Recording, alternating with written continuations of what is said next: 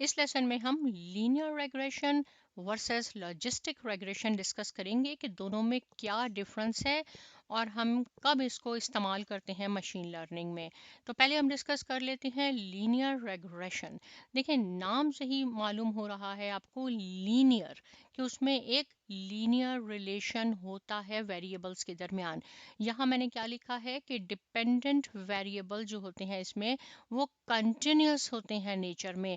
इसका क्या मीनिंग है, छोटी सी एग्जांपल बता देती हूँ। देखिए, जैसे यहाँ पे मैं कह देती हूँ कि एक मैं लेती हूँ एट्रीब्यूट एडवर्टाइजिंग और यहाँ मैंने एक लिया है सेल्स। अगर आप एडवर्टाइजिंग $1, छोटी सी एग्जांपल लेते हैं राइट, तो $100 की आपकी सेल होगी। अगर आप $3 इन्वेस्ट करते हैं एडवर्टाइजिंग में तो मैं कह देती हूँ यहाँ 400 की सेल होगी एंड सो ऑन। तो ये हमारा डिपेंडेंट वेरिएबल है, यानी सेल्स डिपेंड कर रहा है एडवर्टाइजिंग में। जैसे जैसे आप एडवर्टाइजिंग की अमाउंट इंक्रीज करते जाएंगे आपकी सेल्स भी इंक्रीज होती जाएगी। यहाँ एक डिपेंडेंट वेरिएबल है और एक इंडिपेंडेंट वेरिएबल है, इसलिए हम इसको सिंपल लीनियर रेग्रेशन कहते हैं। और ये जो डिपेंडेंट वेरिएबल है ये क्या होता है, ये कंटिन्यूस होता है नेचर में। देखें, ये कंटिन्यूस है।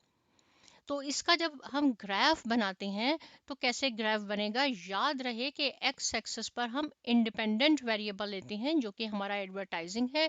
वाई एक्सिस पे हमने सेल्स लेनी होंगी क्योंकि ये डिपेंडेंट वेरिएबल है जो कंटिन्यूस होता है नेचर में। और इसकी लाइन कुछ इस तरह आ जाती है राइट। कुछ पॉइंट्स होते हैं जो इस यहाँ आते हैं लेकिन क्लोज होते हैं, और कुछ पॉइंट जो होते हैं वो आपके लाइन पे आ जाते हैं। इसकी दूसरी एग्जाम्पल बता देती हूँ, जैसे स्टूडेंट्स और ग्रेड है।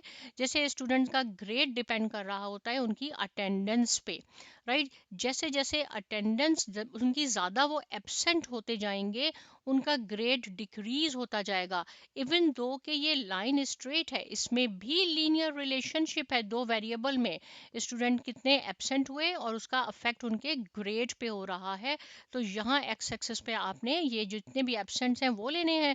जैसे जैसे आपकी एब्सेंटीज इंक्रीज होंगी आपका ग्रेड डिक्रीज होता जाएगा राइट। लेकिन लीनियर रिलेशनशिप है, अगर लाइन आपकी ऐसे होगी तो दोनों वेरिएबल के दरमियान पॉजिटिव है right.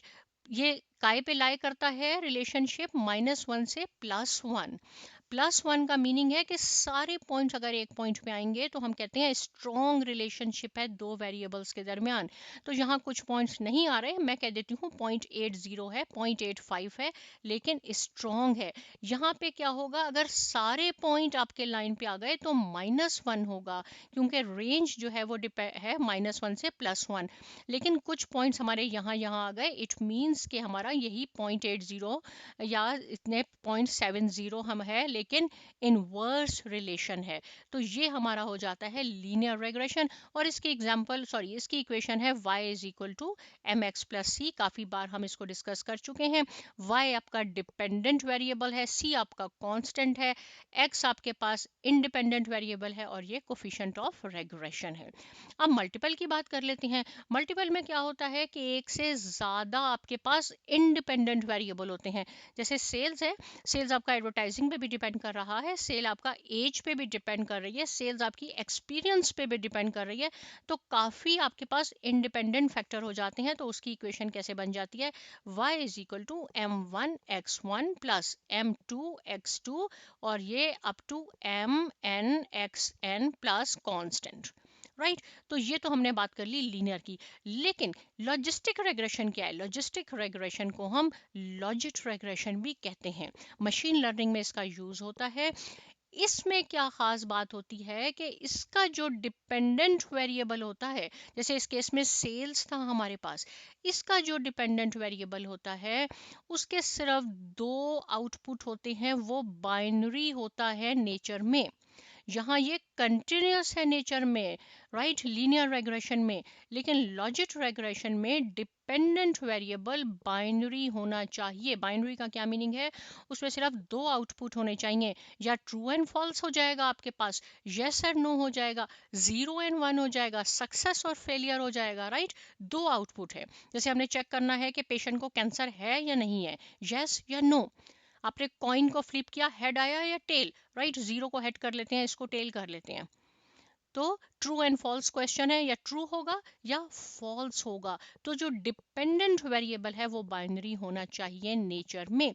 Find the best fit model, और हम इंडिपेंडेंट में और डिपेंडेंट वेरिएबल में जो मॉडल तैयार करते हैं वो कोशिश करते हैं कि बेस्ट फिट हो।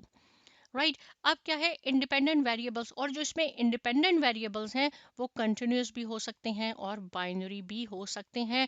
तो और सबसे इम्पोर्टेंट ज़्यादा इसका फीचर ये है, ये प्रोबेबिलिटी को सपोर्ट करता है।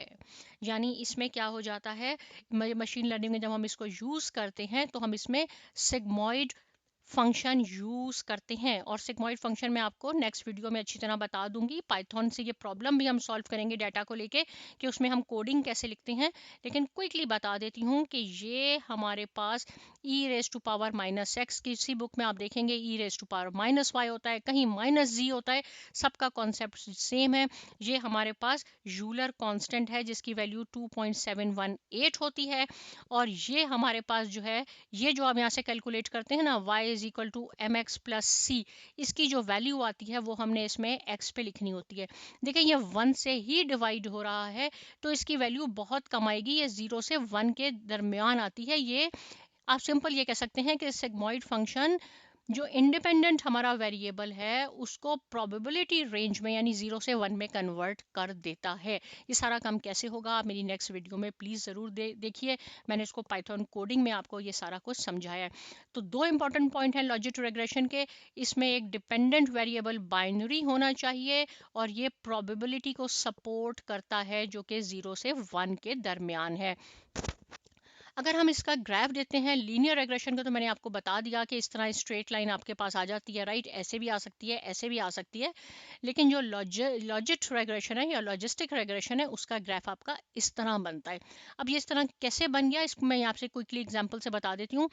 ये देखें प्रोबेबिलिटी में डिवाइड कर देता है, ये जीरो है, ये जो डॉट डॉट डॉट है ये जीरो प्रोबेबिलिटी है, ये 1 प्रोबेबिलिटी है यहाँ पे आपके पास, राइट। तो और यहाँ पे हम इसको 0.5 भी कर लेते हैं अगर आपको देखना है तो। ये क्या है, यहाँ छोटी सी एग्जांपल है, यहाँ मैं कह देती हूँ ये 10 ईयर्स हैं, ईयर्स ले लिया हमने, 11 हो गए, 12 हो गए and so on up to 60 years हो गए। तो अगर मैं कहूँ 10 ईयर्स का कोई है वो इंश्योरेंस लेगा, वो नहीं लेगा, राइट, आंसर होगा जीरो में या यस में। 1 मीन्स लेगा, जीरो मीन्स नहीं लेगा, पॉइंट यहाँ आ गया। 11 ईयर्स वाला नहीं लेगा, 12 ईयर्स वाला नहीं लेगा। जैसे जैसे एज बढ़ती जाती है लोग इंश्योरेंस ले लेते हैं, तो कुछ पॉइंट्स यहाँ आ गए, जो ले लिया जिसने इंश्योरेंस वो 1 हो गई। इन पॉइंट्स को जब आप मिलाएंगे तो आपका ग्राफ कुछ इस तरह बनेगा, जो लॉजिस्टिक रेग्रेशन है, राइट। अब यहाँ मैंने कुछ इसके पॉइंट्स भी लिख दिए हैं कि type of questions binary logistic regression can answer. इसको आप पढ़ सकते हैं। How does the probability of getting lung cancer, yes या नो में आएगा। Change for every additional pound a person is overweight and for every pack of cigarette smoke per day. Do body weight, calorie intake, fat intake and age have an influence on the probability of having a heart attack, yes and no। इस तरह की जब problem आते हैं तो हम logistic regression से solve करते हैं। नेक्स्ट वीडियो में मैंने एक प्रोग्रामिंग बनाई है, हम कोडिंग लिखेंगे और पाइथन पे इसको सॉल्व करेंगे ताकि आपका कॉन्सेप्ट और ज़्यादा क्लियर हो जाए। मुझे उम्मीद है कि आपको समझ में आ गया है। आपने कमेंट सेक्शन में ज़रूर लिख के बताना है कि आपको डिफरेंस समझ में आ गया है। उसके बाद आपने साइमा एकेडमी को लाइक करना है, शेयर करना है, सब्सक्राइब करना है। मिलते हैं नेक्स्ट लेसन में और बहुत शुक्रिया।